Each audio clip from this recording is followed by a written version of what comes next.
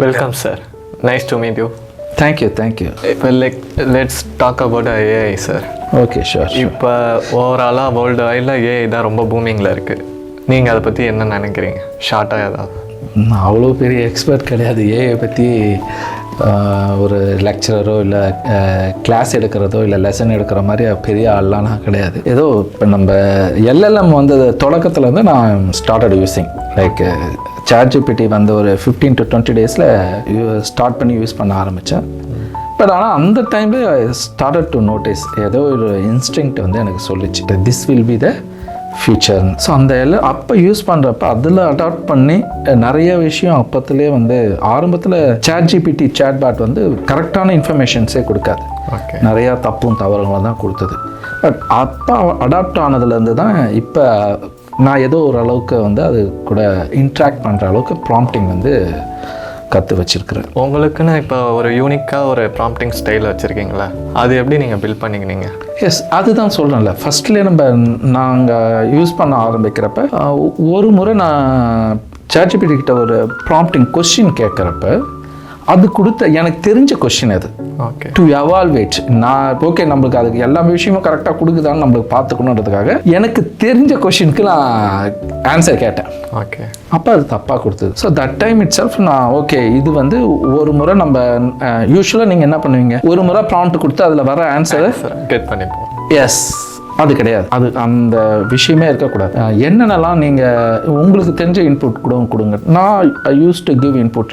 இந்த விஷயம் வந்து நீ தப்பாக இருக்கிற, சில நேரத்தில் இந்த இன்ஃபர்மேஷன் தப்பு, இதை செக் பண்ணு, கரெக்ட், ஆமாம் நான் தப்பாக கொடுத்துட்டேன், இதை நான் வந்து அப்டேட் பண்ணிக்கிறேன். அந்த ஆரம்ப காலத்தில் இப்படி தான் இருந்தது. அப்போ நான் வந்து அடாப்ட் பண்ணது.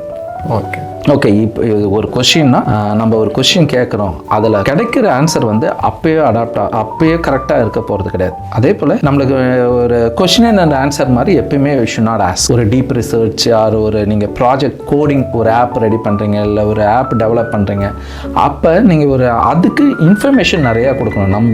நம்மளுக்கு எந்த மாதிரியான ஒரு ஆப் வேணுன்றதை டீட்டெயில்டாக கொடுக்கணும். உங்களுக்கு அதை அந்த கான்செப்டை பற்றி தெரிஞ்சிருக்கணும்னு கூட அவசியம் இல்லை, ஒரு பேஸ் தெரிஞ்சால் போதும். ஒரு 20-25 கான்வர்சேஷனாவது ஆரம்பத்தில் இருக்கணும். ஓகே சரி, அப்படி 20-25 கான்வர்சேஷன் அதுக்கிட்ட கொடுக்குறப்ப நம்மளுக்கு இருக்கிற ஐடியா ஓகே இதுதான் அப்படின்றது ஃபுல்லாக எடுத்துக்கும். நான் மற்ற சேட்பாட்டும் யூஸ் பண்ணியிருக்கிறேன் லைக் க்ளவுடு ஆர் ஜெமினை, டீப்சீக்கு அதெல்லாம் யூஸ் பண்ணியிருக்கிறேன். பட் இந்த மெமரி கன்சிஸ்டன்ஸ் வந்து ChatGPT கிட்ட நல்லாவே இருக்குது. யூசர் ஃப்ரெண்ட்லியாக இருக்குது. யூசர் ஃப்ரெண்ட்லி எல்லாமே இருக்குது. இதில் எப்படின்னா நம்ம ஒரு கான்வர்சேஷன் பண்ணிவிட்டு திரும்ப எப்போ வந்து கேட்டாலும் அதுலேருந்து எடுத்துக்குது.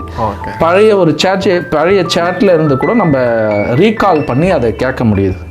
ஸோ மெமரி கரெக்டாக நல்லா வச்சுக்குது மற்ற இதுக்கு விட. இப்போ நீங்கள் ஜெமினைலாம் ஒரு கொஷின்ஸ் கேட்டுட்டு அதோட கண்டினியூஷன் கேட்கக்குள்ளே அது அந்த அளவுக்கு மெமரி வச்சுருக்காது. நீங்கள் பார்த்துருப்பீங்க நம்ம படம் பண்ணுறக்குள்ள அந்த ஸ்டோரி போர்டிங் எழுதுறப்ப அது டிஃப்ரென்ஸ் பார்த்தோம். ChatGPTக்கும் ஜெமினைக்கும் டிஃப்ரென்ஸ் பார்த்தக்குள்ள கன்சிஸ்டன்சி இல்லை. இது சொல்லிச்சு எனக்கு அந்த இது கிடையாது, ChatGPT இருக்கிற அந்த ஃபியூச்சர் என்கிட்ட கிடையாதுன்னு. ஸோ அப்படி தான் நான் அதை அடாப்ட் பண்ணேன் நான் அதில். இப்போ ChatGPT பார்த்தீங்கன்னா ஹியூமன்ஸே அனலைஸ் பண்ணது இல்லையா? இப்போ உங்களை பற்றி நான் டீட்டெயிலாக இப்போ உங்கள் ChatGPT சப்ஸ்கிரிப்ஷன்லேருந்து கேட்கும் போது உங்களோட அனலைட்டிக்ஸ் இத்தனை நாள் நீங்கள் கொடுத்த அந்த ப்ராம்ப்டிங்கை வச்சு உங்கள் பிஸ்னஸ் ஐடியாஸ் எல்லாத்தையும் கோ த்ரூ பண்ணி உங்களை பற்றி அதுவே ஆட்டோமேட்டிக்காக கொடுக்குறதில்ல, அதை பற்றி என்ன சொல்கிறீங்க? அதுதான் என்னென்னா நம்ம எல்லாம் என்ன நினச்சிட்டு இருக்கிறோன்னா அது வந்து ஒரு அந்த மொமெண்ட்க்கு நம்மளோட ஆன்சர்ஸை மட்டும் ஒரு நம்ம கேட்குற கொஸ்டின்ஸ்க்கு அந்த மொமெண்ட்டில் மட்டும் நம்மளுக்கு ஆன்சர் கிடைச்சா போதுன்ட்டு இருக்கோம். இல்லை, அப்படி கிடையாது. அது அடாப்ட் பண்ணிக்கணும். நம்ம எந்த ஸ்டைலில் அதுக்கு இருக்கணுன்றதை அதை அடாப்ட் பண்ணிக்குது. ஆக்சுவலாக ஒரு ஈச் அண்ட் இண்டிவிஜுவலுக்கு ஏற்ற மாதிரி அது வந்து ஆன்சர் கொடுக்குது. ஸோ ப்ராம்ப்டிங் வந்து அது each and every individual it differs, it adapts to that individuals. Next 3 இயர்ஸில் இந்த எல்எல்எம் கான்செப்ட் எப்படி சார் இருக்கும், எப்படி பூம் ஆகும்?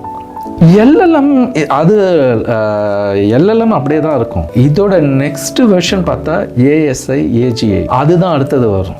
சரிங்களா, ஆர்டிஃபிஷியல் சூப்பர் இன்டெலிஜென்ஸ். அது வந்து அடுத்த நான் வந்து ஒரு 5 to 10 இயர்ஸ் ஒரு அடுத்த டிகேட் ஆகும்னு நினச்சேன். பட் இப்போ எக்ஸ்பர்ட்ஸ்லாம் என்ன சொல்லிட்டு இருக்கிறாங்கன்னா மேபி நெக்ஸ்ட் இயரே எதிர்பார்க்கலாம். 1 or 2 இயர்ஸ்லேயே நெக்ஸ்ட் இயர்ஸில் 1 or 2 இயர்ஸ் கூட கொஞ்சம் அதிகம் தான், நெக்ஸ்ட் இயரில் சொல்கிறாங்க. ஸோ எல்எல்எம்ன்றது இப்போ எஸ்எல்எம் வந்து நிறையா வரும். இப்போ எல்எல்எம்ன்றது லார்ஜ் லாங்குவேஜ் மாடல்லையே இப்போ ஸ்மால் லாங்குவேஜ் மாடல். நம்ம கூட அதை பற்றி பேசிட்டு இருந்தோம். நம்ம வந்து நம்மளோட பிஸ்னஸ்க்காக ஒன்று ரெடி பண்ணணும்ட்டு பேசிட்டு இருக்கிறோம். அது வந்து நிறையா இருக்கும். அதுக்கு என்ன வித்தியாசம் படும்னா, நம்ம வி கான்ட் அஃபோர்ட் எல்எல்எம், ஆனால் SLM we can able to afford.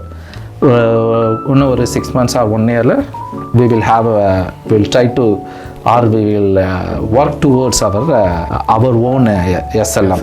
So அடுத்த இதோட ஃபியூச்சர் பார்த்திங்கன்னா எஸ்எல்எம்ஸ் நிறையா வரும்.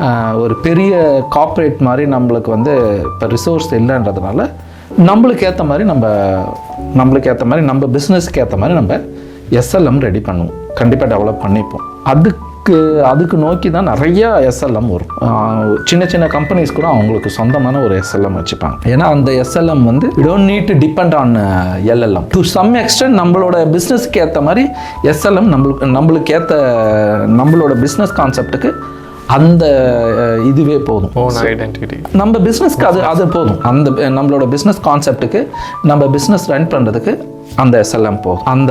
அந்த அளவுக்கு அது வந்து சப்போர்ட் பண்ணணும் நம்மளுக்கு. இப்போ எத்திக்கல் ஏஐ பார்த்தீங்கன்னா one of the business side வந்து அதை பாசிட்டிவாக கொண்டு போகிறாங்க. இப்போ அதர்ஸ் வந்து அதை நெகட்டிவாக யூஸ் பண்ணுறாங்க. அது பார்த்தா அதில் பெருசாக எனக்கு அதை எப்படி எடுத்துகிட்டு வர போகிறாங்கன்னு தெரியல. அது யாரும் அப்படி சொல்லிட்டோம், அந்த ஓப்பன் ஏஐக்ஸ், கூகுள் அவங்க எல்லாமே பேசுகிறாங்க. ஃபஸ்ட்டு ஒரு கன்க்ளூஷனுக்கு வந்தாங்க 2 yearsக்கு முன்னாடி. நம்ம கொஞ்ச நாளைக்கு வந்து இதெல்லாம் வந்து இந்த அடுத்த ஏஜிஏஎஸ்ஐ பண்ணுறதை வந்து நம்ம வந்து கொஞ்சம் ஸ்டாப் பண்ணி வைக்கலாம் தான் பேசினாங்க. பட் அது ரியாலிட்டிக்கு யாரையும் இன்னொருத்தவங்களை நம்பாமல் தே ஸ்டார்டட் யூஸிங். அது எத்திக்கல் வந்து இதுக்கு எப்படி அடுத்த வெர்ஷன் நீங்கள் எத்திக்கல் சொல்கிறது டார்க் வெப்பை பற்றி தான் சொல்கிறாங்க. இப்போ சம்படி யாராவது மிஸ்யூஸ் பண்ணும்போது அது ஆல்ரெடி அந்த வோம் ஜெயிலரை ஓம் கில்லர் ஐ திங்க் வோம்னு நினைக்கிறேன், அவங்க வந்து இந்த டார்க் வெப் மாதிரி அவங்க started recruiting developers for AI. அவங்க ஆல்ரெடி ஆரம்பிச்சிட்டாங்க. அது எப்படி கண்ட்ரோல் பண்ணுறதுன்றது so governments world governments countries எடுக்கிற டிசிஷனில் தான் இருக்குது. டெஃபினட்டாக அதுக்கும் வரும் தான். அதில் தான் இப்போ நம்ம லாங்குவேஜ் பற்றியும் பேசணும், ஓஎஸ் பற்றி பேசணும். அதுவும் வந்து ஒரு காலத்தில் இந்த எஸ்எல்எம் வந்து ஓஎஸ் மாதிரி அடாப்ட் ஆகி தான் வந்துக்கும். அவங்கவுங்கள இந்த சைபர் கிரைம் ப்ரொடெக்ஷன் வந்து எனக்கு தெரிஞ்சு மோஸ்ட்லி வந்து மேபி இப்போ நான் ஓஎஸ்ஸே வந்துடும் நினைக்கிறேன். சின்ன அவங்கவுங்க கம்பெனிக்கு ஏற்ற மாதிரி ப்ரோக்ராமிங் பண்ணிப்பாங்கன்னு நினைக்கிறேன். வெளியில் போகிறப்ப அது விண்டோஸ் ஆன்லைனில் நெட்டில் போகும். கம்பெனிஸ்க்கு வந்து தனியாக அவங்க ஓஎஸ் பண்ணிக்கினா இது வந்து என்னோட நாலேஜுக்கு ஏற்ற மாதிரி யோசித்தது.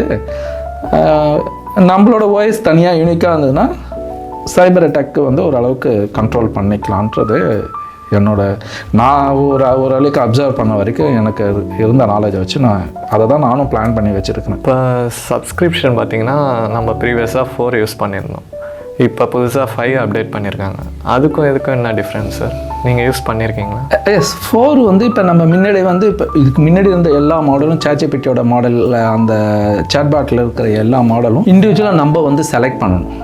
4 மினி அப்படி எல்லாமே இண்டிவிஜுவலாக நம்ம செலக்ட் பண்ணணும். இப்போ அப்படி கிடையாது.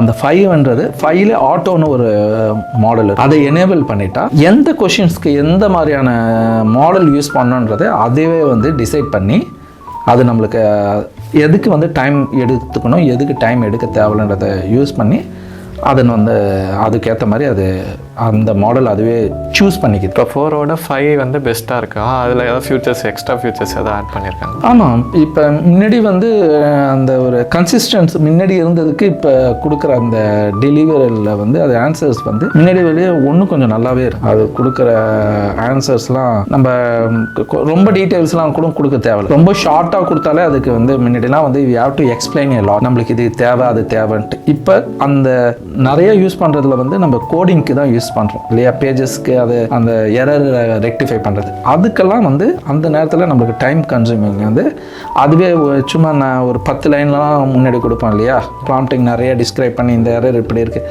அப்படிலாம் இந்த மாதிரி ஒரு எரர் அப்படி இருக்குதுன்னு சொல்லிட்டாலே போதும், ஷார்ட் அண்ட் ஸ்வீட்ஸாக சொல்லிட்டாலே போதும்.